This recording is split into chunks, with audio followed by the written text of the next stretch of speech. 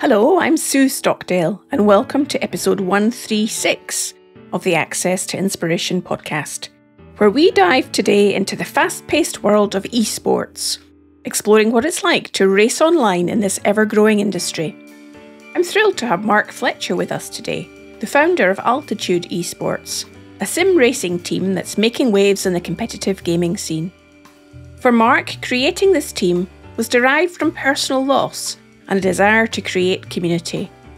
And I also learned from him how the physical and mental demands are more than you might imagine, and why he is passionate about this sport.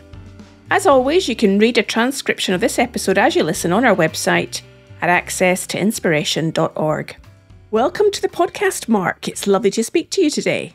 Now, this is the first time I have spoken to an owner of an esports team. Is that how you would describe yourself? Yeah, so we race online, all from our bedrooms, our living rooms, garages, all that. Yeah, it's definitely something different to your normal guests on the show.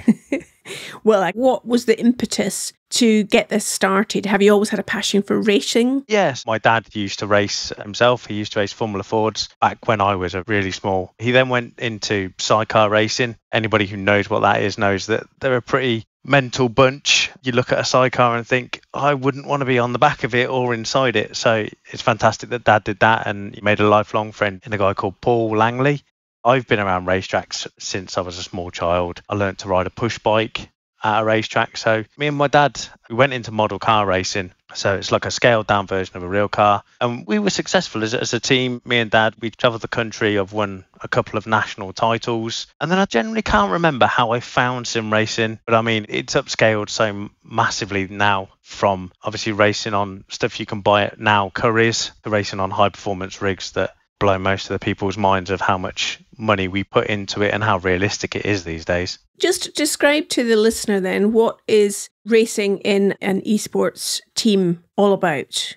There's a couple of ways you can get into esports. Obviously, you can go down to Currys these days and buy a wheel and pedal set for like £150. You can race in the same races that we're in. You can race on different games, different simulators as they call them. Now, there's a massive community around sim racing. There's a huge social media presence about it. I think COVID helped that. It's all about racing at your own budget. You don't have to have a race car, but you can have a virtual race car that when you crash, you just press escape.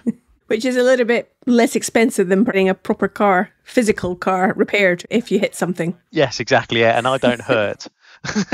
I don't hurt after I've had a crash.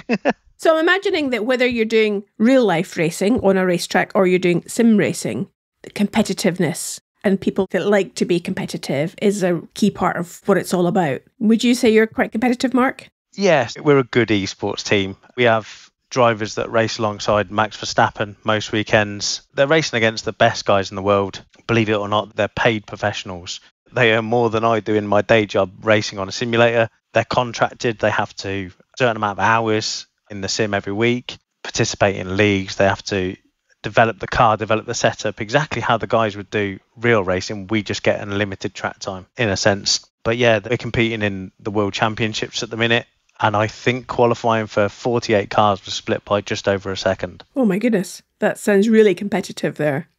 Now, when you say we, who's the we? Altitude Esports is the team name. There's a big backstory behind that I'm sure we're going to go into. But at the minute, I think there's 22 drivers across 5 different countries, all walks of life.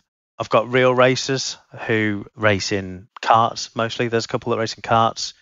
Got a United States FIA Formula 4 driver. Obviously, in the back end of that, we've got real life race engineers, because we have to work out the same in the real world. We have to work out fuel. We have to work out setups. I have a guy called Brian Loynes, who is my race engineer. He's a maths teacher. Fantastic. He works out all my fuel. He races his own cars as well, but for the big races, he's my mechanic. He's like my Bono for Lewis Hamilton. You know, all those sort of people. We have exactly the same infrastructure as you would for a real race team. Now, I can imagine the listener listening to what you're saying, Mark, and thinking, oh, it doesn't sound that difficult. You're just sitting there turning a wheel and pressing some pedals. You're not exuding any energy like you would do on a real racetrack. But I don't think it is quite like that, is it? No, it's a different type of physical and mental game. Unless you're at the high end of racing, you'll probably do between 25 and 30 minute races. Potentially in the GT cars, they'll do like 40 minutes an hour. when we do endurance racing, there's a chance that we'll be in the car for 3 to 4 hours. Our sort of systems, they're what's called direct drive wheels. So a computer gives us feedback to the wheels. To put it in perspective, if you had a crash and the force feedback was turned up, is strong enough to break fingers. Like, you have to let go of the wheel if you have an accident, because obviously we don't get the feedback from below the car. We get it just in our hands. So it's kind of enhanced. So we have to enhance those feelings of what we feel through our hands. Obviously, we don't get any feedback through the pedals. Obviously, state-of-the-art headphones is what we need to listen to what the car's doing. Regarding pedals and stuff, I have, and a lot of the guys have, hydraulic pedals. So they're exactly the same pedals as what are in real race cars. Obviously, they're all USB to sort of connect to the computers, but we get the exact same feels as what everybody does in a real car. Sounds like it's very authentic, and as you say, as close to being in a real car as it can be, even though you're sitting in your bedroom or whatever else you might be doing this. So to give me a sense of where things went from. You were on racetracks with your dad, learning there, then getting into trying out sim racing for yourself. How did you move from realising you enjoyed that to then deciding to become an owner of a team? I started sim racing back in like 2003 on a different game platform. iRacing got released in 2009. It was going to be this big thing that everybody would go to, all the professionals would use it as training aids. Obviously, we now know that that's exactly what they do, exactly why they use it. And then around sort of 2018, I went, it's getting serious now. You know, it's starting to come to the forefront of people's sort of hearing more about sim racing. It's becoming more of a household thing. Oh, yeah, you've got a simulator. I then signed for a couple of big teams, not as a paid driver as we call it in the real world. And then come 2020, life kind of got turned absolutely upside down. But mum got diagnosed with cancer. I'm a self-confessed mummy's boy. I needed a way to remember her. I needed a way to take myself away from what was going on in life. And obviously around that time there was COVID. So it was a really stressful time and it was hard. Being an only child as well, it depended a lot around people I lived with and stuff. So it was a group of friends. We kind of realised that, you know, COVID was going to be hard. We didn't know how long it was going to be. There was, I'd say, 5 founding members of Altitude. So there's obviously myself, my then partner Kirsty, a lad called Luke, who is one of the race mechanics, and then Jason, who is a guy from the States. We kind of did it because Luke lived alone, worked alone. It was a way for him to speak to his friends and have a meaning to come online. It was so much uncertainty about COVID. And again, Ash lived at home, worked alone. And obviously then there was me trying to deal with the fact that mum was terminally ill. So we kind of set this team up just to like, right, let's make a little team. We'll have our own little bubble kind of thing. It'll keep me protected. When mum was ill, I used to stream on Twitch. So Twitch is like a platform that I'm going to guess some listeners know of. It's a streaming platform that you can showcase what you're doing. I used to stream on that and mum and dad would religiously watch. And it was fantastic because they could see that I was enjoying it. I come to think of it, whether dad knows or mum maybe didn't know that Altitude was to remember her. So we wanted it to be like Altitude, like the clouds, the mountains, all that sort of stuff. We've kind of grown from there, and it's amazing that I look back and every time that the car touches the track, it's like I remember mum. You know, I'm so immensely grateful for everything that mum and dad do for me. Like even to now, me and dad both still mechanic in a Sports 2000 team. We know we're still very, very close, but I aspire to be like those. They're fantastic. What a lovely way of having something that brings everyone together that you described there in your team for different reasons, but nonetheless, some way of connecting together and finding meaning from racing together as a team. Yeah, exactly. We all had the same sort of idea of we all wanted to race. And then, yeah, it was just one day, I've got no idea where it came from. I can't remember, but it was just like, let's make a team. Let's make a unit. Let's come together in COVID. And then come July, when mum passed away, I was like, right, this isn't a joke anymore.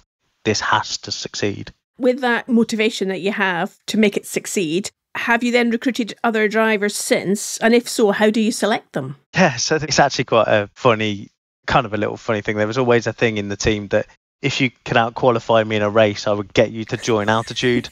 So one of my now good friends, Tom, sounds pretty silly, who I've met a couple of times, who's raced for me for nearly now 4 years. Yeah, out-qualified me in a race. Next thing you know, I approached him and said, hey, come and join my fake racing team. And we've just grown. We're bringing on the right people. There's people in the team who are soul racers. They love and breathe racing, the same as all of us. They've all got engineering degrees. They're karters. But then I was realizing that we were missing out massively on social media. So one of the guys in the team expressed an interest to learn how to do all the social media. I was like, well, away you go. Have a free go at this. We don't have an audience to start with. Have at it. And now he is the social media guy. He's known as the social media guy. He does all of our social medias. We're on everything. It's fantastic that somebody else comes in, believes in the journey and comes with us. And it sounds like you're creating that platform for people to be able to do that. And I love what you say about if people are better than you, then you can potentially sign them to the team. There are often leaders in teams, whether they're in sim racing or not, that find it threatening to have people that are better than them. I'm sensing that you thrive on that you want people to be better than you, and then it takes everybody up. Yeah, for sure. It was arrogant to say, but it's how it was. It was one of those funny things. We're a good team at the minute. We've got people within the sort of top 1,000 rankings of the game, and there's thousands and thousands. I think there was almost 500,000 people registered, and I think there's 4 of us now that sit in that top 1,000. Any publicity that the team gets is all centered back to why we started, and they know that. It brings meaning to more than just racing in the competition. There's a bigger meaning to it for you. Yeah, exactly. I think sometimes you have to step back a bit from it's all serious, and it's very competitive. We put a lot of time and we put a lot of effort in, but everybody's lost somebody extremely close to them. If they haven't, it's a fact of life. It will happen. But sometimes I think you've got to come back to the start, if that makes sense. It does. And whether it be racing, whether it be whatever, find your way to remember these people, remember to make them still part of your life every day. That's lovely how you're describing it, Mark. I'm imagining that you have a full-time job, day job, and to help the listener to understand what your life is like, I'm imagining as you've got this day job, then you get to come home, and then it's kind of like spending a period of time every evening practicing, doing races, engaging with the team and so on. What actually happens? It's pretty close and it's pretty hectic. So yeah, my day job, I'm a external account manager for an IT company. Come to us with IT, like I said, they need new PCs, we'll go out and spec them, we'll go out and put them all in and stuff like that. So yeah, that's 8:30 till 5:30. 5 o'clock on a Friday, I got a half an hour off. Yeah, so at the minute, obviously we're participating in many leagues. I come home, I rush tea as quick as I can, try and eat as healthily as I can. And then we're always talking on our phones, on a platform called Discord. It's like a forum that we all use. We post setups in. Obviously, the time difference helps between the guys in America, the guys in Turkey, wherever they are. And then, yeah, so for the World Championships, we will potentially put between 8 and 10 hours of practicing a week before an event. We can simulate in the sim everything that the real world will throw at you. So if the race is at night, we can test in the night, we can test in the day, morning, afternoon. We can cycle through the sort of day.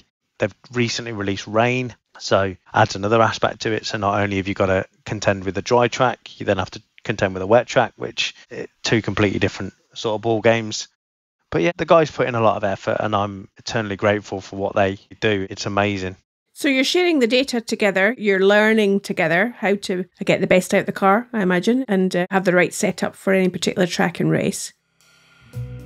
Well, I hope you were enjoying what Mark has to say. And whilst this podcast is free to listen to, it's not free to make. We are a not-for-profit podcast, so if you'd like to support us, then take a moment to click on the Buy Me a Coffee link on the show notes to make a small donation, and we can enjoy a cup of coffee when producing the next episode. Your support really encourages us to continue producing quality audio content for our listeners. Now back to speaking to Mark. When it then comes to the actual race, you said it can be hours at a time. How do you manage to retain your level of concentration for a long period of time? Very tough with ADHD. Very tough. But you have the same outcome as a real race car. Like if you have a crash, you can't continue. It's not like you hit the wall and you just bounce off it. So there is a kind of danger element, in a weird way of saying it, that I'm still in my living room. I'm not going to get hurt, luckily. When we're racing, we're fully focused on what we're doing.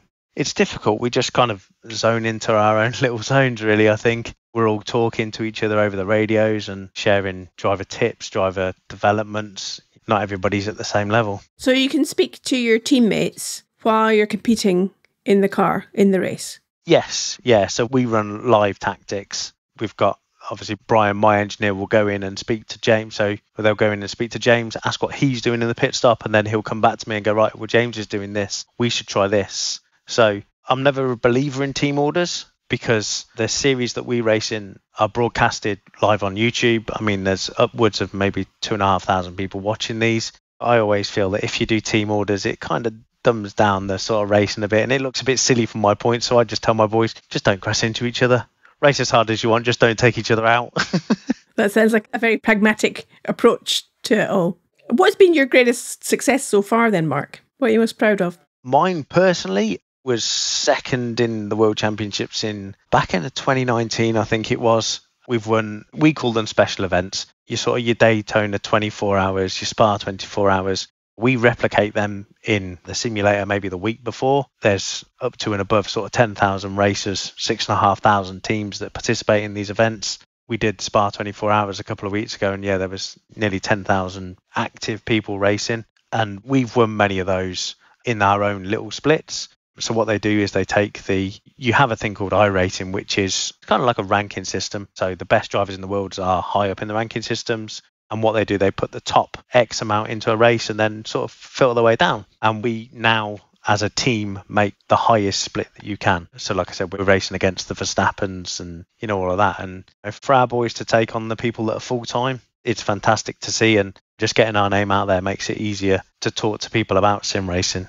And given that you and the team are achieving a level of success, what's your ambition for the team in the future?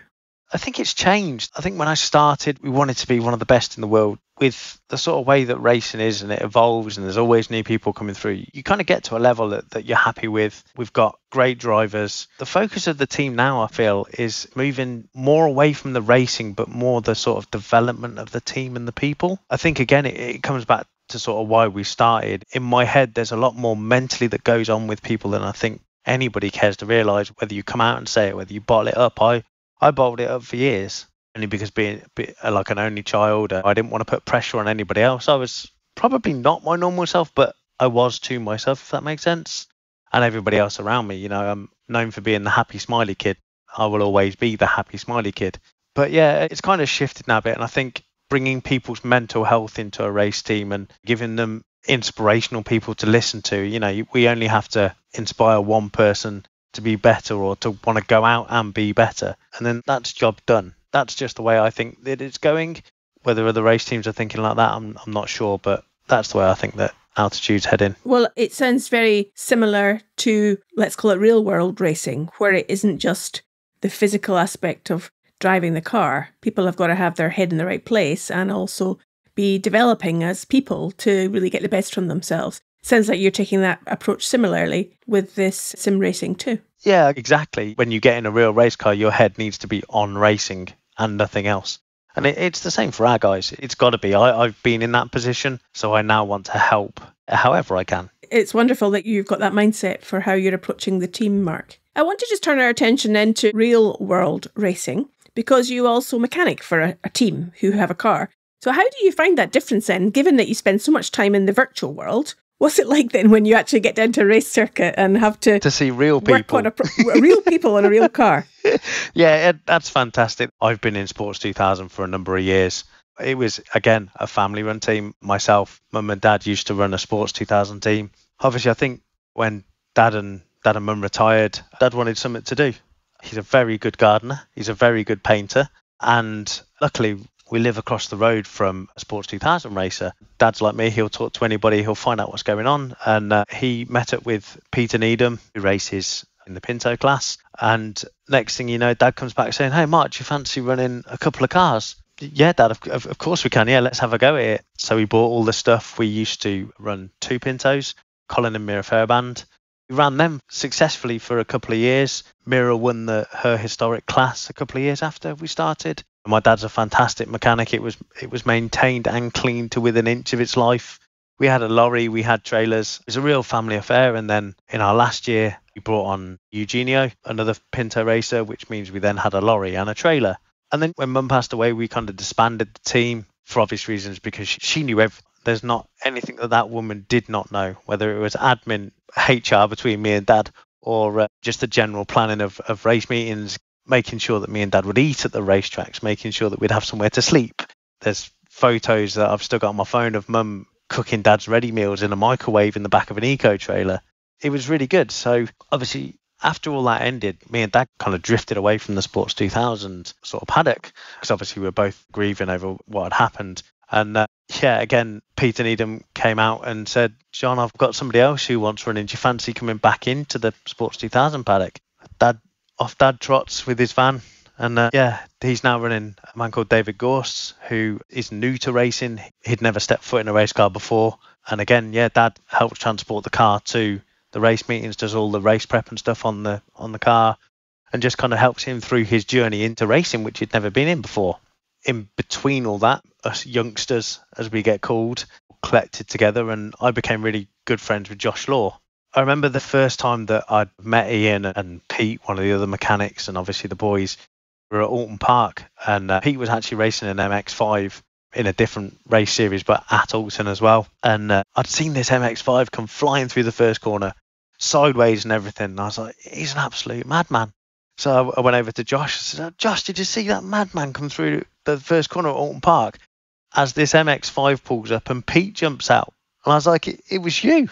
So we got talking, and it ended up, again, I don't know how, I just became part of the Law family, we'll call them. The team's fantastic. They're like a second family to me. We go to the races together.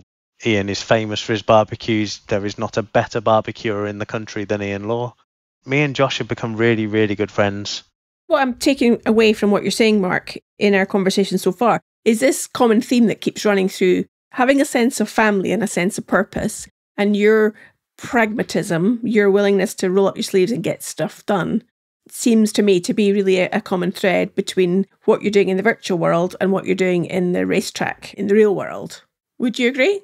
Yeah, definitely. We're very close as a family, and so are the Laws. They're a massive team, and so are the Gorse with all the, they're all a family. And I think that's what the Sports 2000 tries to bring into racing. It's a club sort of series, but you see the families there. It's not just a day out for lads and dads. And for the listener who is not aware, then the co-founder of this podcast, Clive Steeper, is also a driver in the Sports 2000 community. And there's a podcast that I also host for Sports 2000. So I recommend you go on and listen to those episodes, and you'll find out more about some of those people that we've been hearing Mark speak about in the Sports 2000 community. So Mark, I know you do a lot of running and you play golf. How do you enjoy those things? How do they help you, if at all, in the sim racing and the real world racing world? Yeah, running has always been a passion of mine. I do a couple of half marathons a year, not to an amazing level, but I get round. I enjoy being able to zone out and just think about life. It's nice to be able to get out to enjoy new cities. I've done the Belfast half marathon. I'd never been to Belfast before, so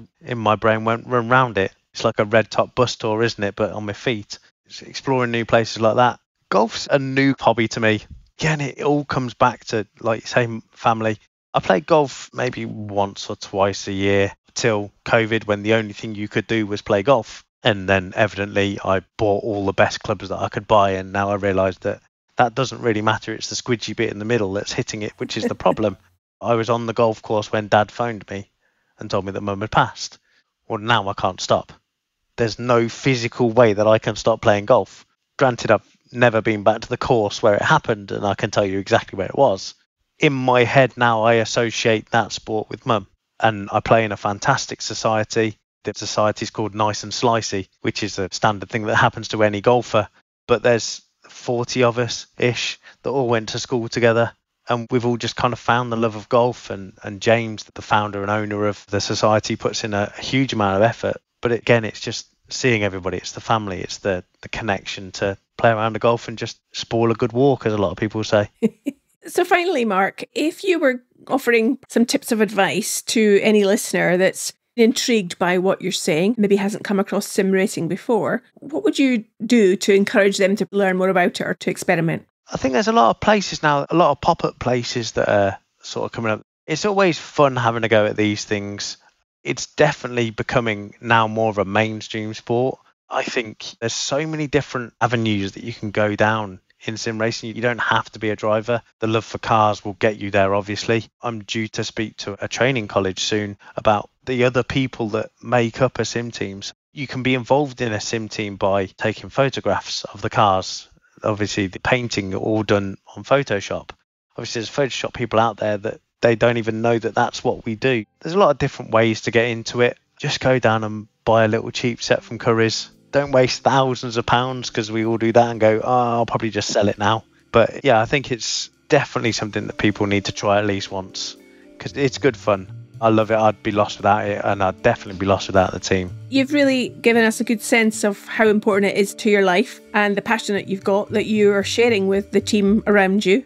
I really wish you and the team well, and you've also left me with a sense that there is space in this sport for people from all different walks of life. You mentioned a maths teacher earlier doing calculations for you in terms of your fuel. So no matter whether anybody wants to be a physical driver, seems like there's a space that they could get involved. So if they do want to find out more about you and Altitude Esports and what you do, how might they be able to do that on the internet? So we've got a Facebook page. That's our biggest platform. So if you just Google Altitude Esports, we should probably come up. I hope we come up by now. Twitch is another big one if you want to watch our guys. We stream every Monday night at 8 o'clock, especially now that the World Championships is happening. Or even just, not just Altitude, but even iRacing in general. If you put into YouTube iRacing, there's always something going on. There's always some broadcasts. Some real life commentators are now commenting in sim racing, so it's fantastic. And I know that just recently Max Verstappen from Formula One fame